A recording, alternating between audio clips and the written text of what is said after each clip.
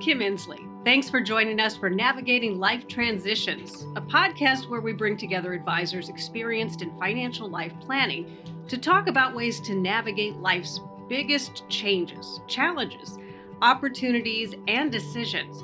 From growing a family to losing a loved one, promotions to retirement, marriage to divorce, we discuss these pivotal moments that could benefit from the guidance a financial advisory team can provide. Today, we'll be talking about navigating an inheritance. How can you be a responsible steward of inherited wealth? And while an inheritance comes in all sizes, large, modest, there can also be some complicated emotions that accompany it. Joining me are two advisors from JNBA Financial Advisors, serving clients in Minnesota, Florida, and throughout the U.S. Elise Huston and Luke Traxler, who work with people who find themselves at this life transition. So, Elise, I'm going to start with you. There are a lot of parties involved when you're dealing with distributing assets within an estate. There's paperwork, the legalese. It's mind-blowing if you've never been through it. If you are inheriting money, how can you benefit by reaching out to a financial advisor when this takes place?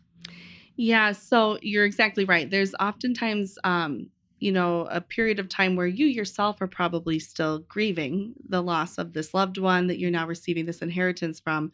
But what the financial advisor can really do is help you to inventory what assets are you receiving? Is it property? Is it an IRA, an individual retirement account? Is it just savings that they had at the bank? To then think through, what are some of the tax options, tax efficiency in this transition that we should consider?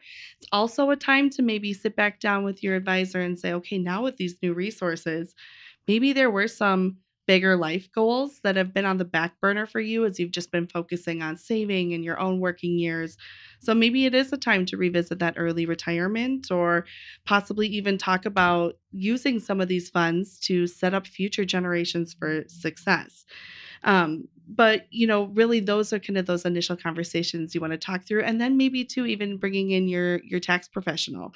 Again, if you have an inherited IRA now, you're going to have to start taking those required minimum distributions each year.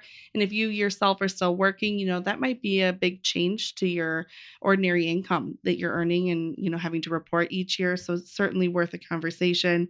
It may also impact some of your own estate planning considerations. Maybe, in Minnesota right now, the estate tax exemption level, we can each pass with $3 million in our name free of estate tax. And maybe with this inheritance, that's changed that for you. And it's worth it to actually bring in your own estate planning attorney again and revisit your documents and see if, gifting to your other family members makes sense, setting up trusts to pass on these assets makes sense. So really a lot to consider and think through. And kind of the last piece that can get to be a little bit more complex is just if you inherit any sort of property. Maybe mom and dad, when they passed, left the family cabin to you and your siblings. Which is common in Minnesota. It is very common in Minnesota. Many people talk about this. Yes. Yeah. And I think, there's a lot of emotional attachment to those family cabins. So, of course, when everything's working really well, the hope and goal of keeping it in the family and everybody continuing to go to the cabin even after Grandma and Grandpa are gone can be a really great dream and goal. But there's also a lot of complexity with that around just, okay, well, after those 3 siblings pass on, then does it go to all the grandchildren? And now how many owners do you have? And kind of who's responsible for the maintenance and the upkeep and the coordinating of who gets to use the cabin when.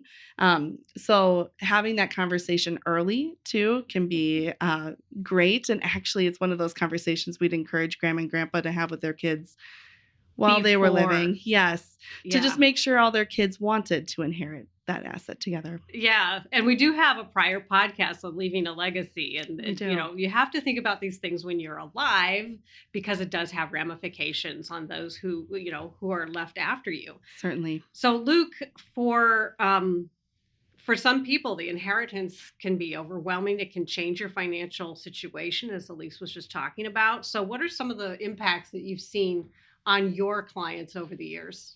Yeah, so it can certainly alleviate a lot of pain points for clients as they're trying to plan for things like purchasing a second home, retiring a little bit early, funding children and grandchildren's college educations, or even setting up some type of legacy, be that some type of trust fund or donations down the road. It can really vary pretty dramatically from client to client. It varies dramatically too.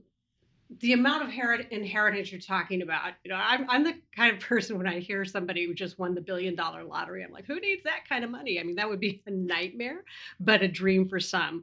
On the other hand, it might be $10,000. There's a huge amount, array of what can happen and what you can do with it.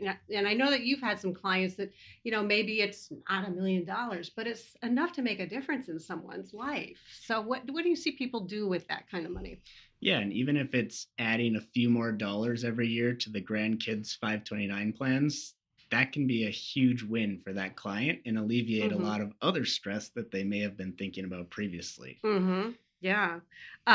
You had a particular story I want to dig into a little bit too. And this was kind of cool. We have snowbirds here in Minnesota, and you've had some clients kind of realize that dream.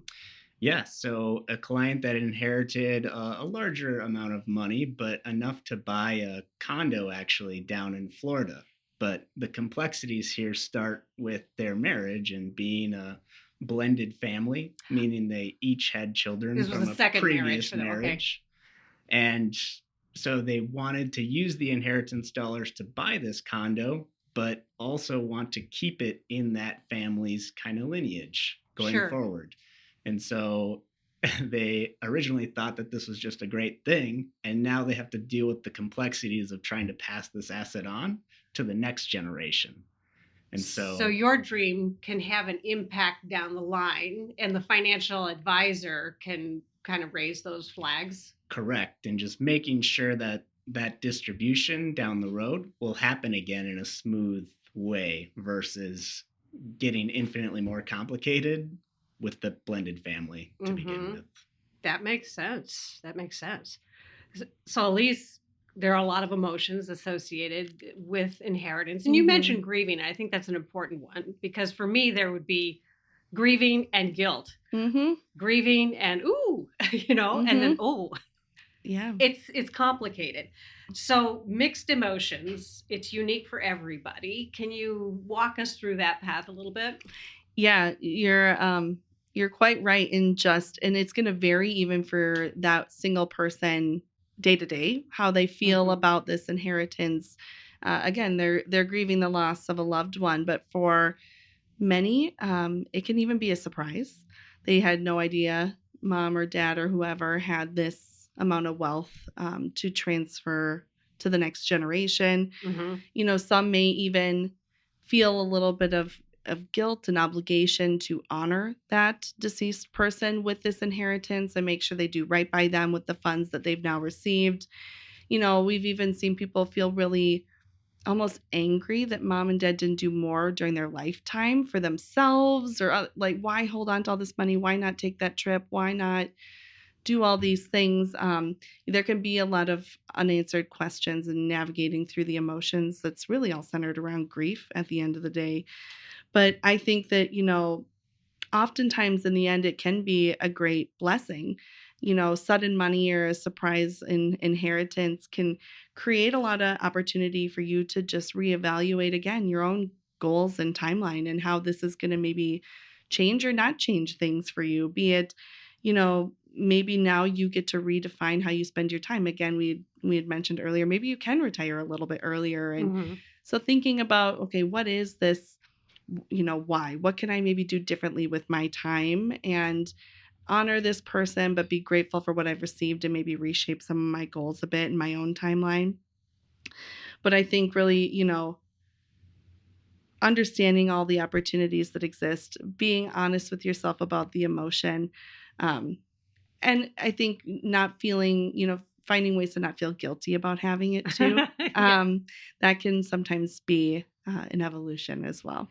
Let me throw this out to both of you, because I'm sure you've seen this. One would be paralysis, just not knowing what to do and then doing nothing because that's the easiest thing. And then, or just on the back of that, do you sometimes recommend maybe take a beat? Mm-hmm. You don't have to decide all of this right now. Oh, completely. I think with most change in life, what do they say? Rule of thumb is to make no major changes in your life for at least, 6 to 12 months, be it after a divorce or, a death or anything like that, to really make sure you've worked through a lot of the grieving before you make a big life change.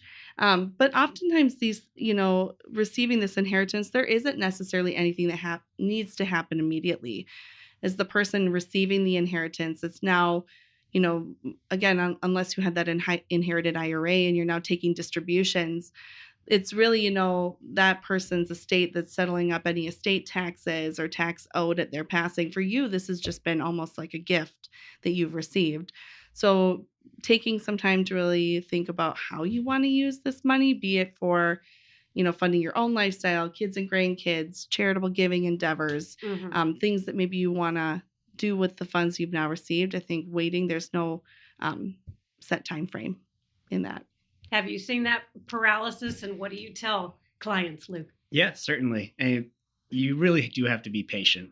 Thankfully, the estate planning process does not go quickly these days because of that paperwork that we talked about and just all these different accounts and moving parts, and dealing with family members also isn't quick or easy in some cases. Yeah. And so it is important to just kind of use a financial advisor or someone else to bounce ideas off of, and just make sure that they're aligning with those longer term goals as well. Yeah, and I think that's the conversation with the financial advisor can almost give you permission sometimes too, where you are feeling some of that paralysis. They can give you financial permission that you do now have the means to maybe make a decision or a change. I worked with a client who she inherited a larger sum of money from her parent when they had passed away. And she had a child with special needs, was in a wheelchair, and they had kind of struggled for a lot of her life. And this sudden money was a complete surprise to her. She had no idea her dad had saved all this money his life. And, there was a lot of confusion and uncertainty around it in the beginning, but through conversation time, we did a lot of modeling out in her plan, really figured out she could afford to use this money now to build a wheelchair accessible home for she and her son to live in, to get that wheelchair accessible van. It's totally changed her life. So while she was sorting through her own feelings of, this is just not, my whole identity was very different than this, never in my life would I have dreamed this was possible, to now having something be possible, but it was at the cost of losing someone that was important to her. It's a lot to work through and think through, but I think having that sounding board partner to navigate the emotions, but then also, again, give you some of that financial permission that this is reasonable within your plan. This is the best thing for you to do. And if it's going to change your life, then you should definitely do it. So we'll bring it back to, you probably want to talk to a financial advisor. And Luke, one of the things that you mentioned too, and I think Elise touched on this, is some of these things do have deadlines, but some don't. And you guys are a wonderful sounding board and guide for all of this. Yeah, I think at the end of the day, a financial advisor can really help add context to the situation and help give you guidance of what this actually means long term. And we're going to be able to help keep you accountable to those deadlines as well, and utilize those other resources that you have, be it the CPA or attorney, to help get you there. So much complexity. Well, Elise and Luke, thank you very much. We appreciate it. And I learned a lot. And I want to thank our listeners for listening as well. And we hope that you'll listen to our other Navigating Life Transitions podcast.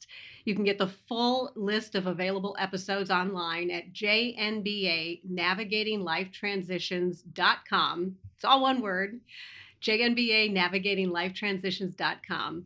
And you can always help yourself to the free resources on JNBA's website, which is jnba.com. If you have questions about navigating an inheritance, or to learn more about how JNBA can help you with your financial life goals, give them a call at 952-844-0995, or you can just use the contact form on jnba.com to schedule a complimentary, no obligation call with their experienced multi-generational team. Thank you for listening. I'm Kim Insley, and I look forward to navigating more life transitions with you on our next podcast. Past performance may not be indicative of future results. Different types of investments involve varying degrees of risk.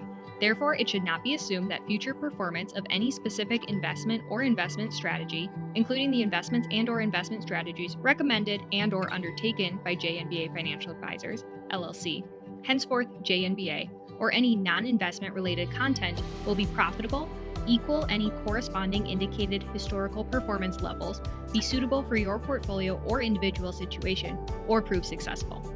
JNBA is neither a law firm nor a certified public accounting firm, and no portion of its services should be construed as legal or accounting advice. JNBA is not an insurance agent, and no portion of the above should be construed as insurance advice. All insurance issues should be addressed with the insurance professional of your choosing. Moreover, you should not assume that any discussion or information contained in this podcast serves as a receipt of or as a substitute for personalized investment advice from JNBA. A copy of our current written disclosure brochure discussing our advisory services and fees is available upon request or at jnba.com. The scope of services to be provided depends upon the needs and the requests of the client and the terms of the engagement. Please remember, if you are a JNBA client, please contact JNBA in writing if there are any changes in your personal, financial situation, or investment objectives for the purpose of reviewing, evaluating, and revising our previous recommendations and/or services, or if you would like to impose, add, or to modify any reasonable restrictions to our investment advisory services. Unless and until you notify us in writing to the contrary, we shall continue to provide services as we do currently. Please note, all services provided by Kim Insley are separate and independent of JNBA Financial Advisors. For complete disclosure information, please visit jnba.com/disclosure.